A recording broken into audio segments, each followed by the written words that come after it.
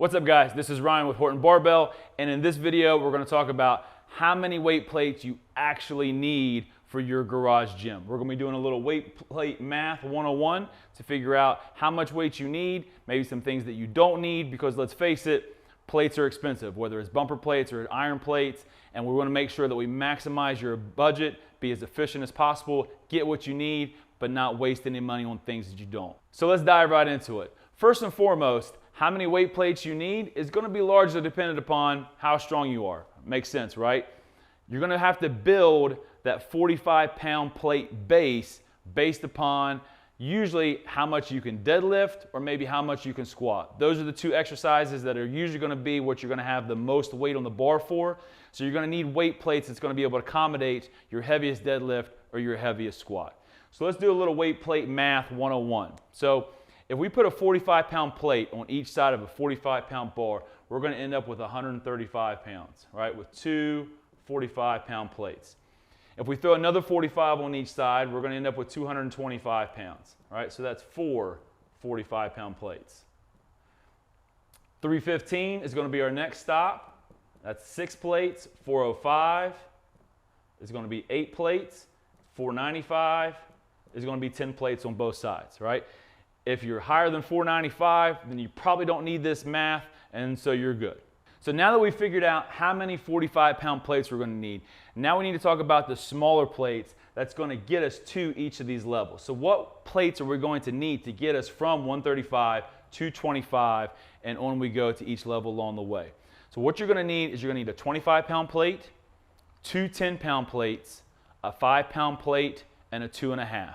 With those plates, it's going to get you every stop along the way from 135 to 225 to 315 and on down the line, right? So a little math of how that works. So if we want to go from 135 to 140, we're going to add a 2.5-pound plate to each side. If we want to go to 145, we take the 2.5 off, we put a 5 on, right? Skip ahead a little bit, let's go down to 155. That's going to be a 10 on each side. 165 is going to be a 10 and a 5 on each side. 175 is why you're going to need 2 10-pound plates to get you to 175. Let's say if we want to get to 180, it's 2 10s and a 2.5. Once you get to 185, now we're taking the 10s off and we're putting a 25-pound plate on. So now to get from 185 to 135, we're just going to add 10, a 5, or a 2.5 as needed to where a 25, a 10, a 5, and a 2.5 is going to get you all the way to 220. Once you get to 225, take the small plates off, and now you're 225, and you keep it moving.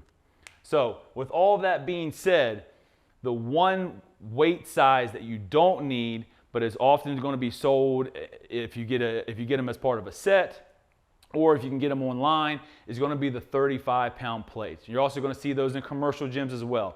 Really not necessary, really not needed, because a 35-pound plate is just a 25 and a 10. So if you talk about a roughly $2 per pound, you could be spending $150 on a set of plates that you may not necessarily really use. So I would be very cognizant of, if you're going to buy a weight plate set, to make sure that you're actually getting value out of that set.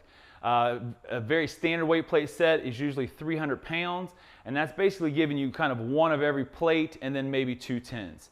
But again, that may not be the most efficient way to be able to buy your plates for what you actually need in your gym. So I would take the time, do a little bit of math, take the weight plate set and how much the cost of that is, and then compare that against your list of plates that you actually want and you need, and make sure that you're actually getting a deal buying a set and you're actually getting value out of buying a set standard set. So now let's talk about bumper plates and cast iron plates. Do you need both? Or where would you need just one or the other? And really what it boils down to is, are you going to be dropping plates? If you're going to be doing Olympic lifts, even if you're going to be doing, I would suggest, deadlifts, and you're going to be dropping plates on the floor, you need bumper plates. It's really non-negotiable at that point, because using cast iron plates, and if you're going to be dropping them on the floor, you're going to tear up your floor, you're going to tear up the plates, and you're going to tear up the barbell, and all of those things are way too expensive for you to be replacing them.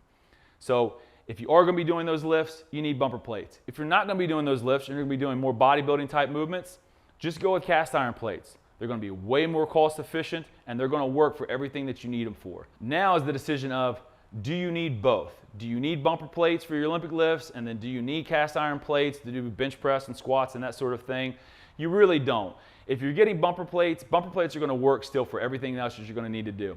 If you're bench pressing, if you're shoulder pressing, if you're deadlifting, if you're anything that you can do with cast iron plates, you can easily just as well do with bumper plates. So unless you've got a very generous budget, there's really no need to buy both. Go ahead and get bumper plates for everything that you need, for how much weight that you need, and then just use those for everything that you're going to do in the gym. So now I want to briefly touch upon what are referred to a lot of times as Olympic style plates and standard style plates. So this can get a little bit confusing because I know at least for me personally, when I think of Olympic plates, I think bumper plates because that's Olympic weightlifting and those are the plates that's used.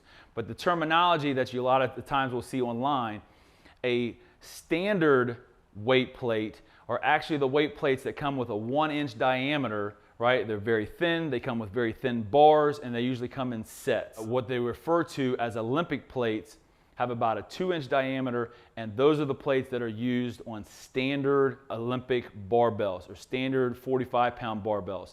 So if you're just going online to look for weight plates, make sure that you're checking out the diameter of the plates because the last thing you want to do is end up buying weight plates that are the standard weight plates with that smaller diameter, and then when you get them, they're actually not going to fit on your barbell. So just make sure that you're aware of that when you go looking to buy your weight plates online. So to sum it all up, how many weight plates do you actually need in your garage gym? Well, first and foremost, you need to make sure that you get enough weight that you're actually going to need. If you've got a 400-pound deadlift, then you want to probably get 845s so that you can actually work with that 400-pound deadlift. After that, you're going to need a set of 25s, 2 sets of 10s, a set of 5s, and a set of 2.5s. And if you're going, then you need to decide if you're going to go with bumper plates or you're going to go with cast iron plates. If you're going to be dropping the bar, if you're going to be doing Olympic lifting, you need bumper plates. If you're not going to be doing those sorts of things, then go ahead and go with cast iron plates. Hope that video helped you out.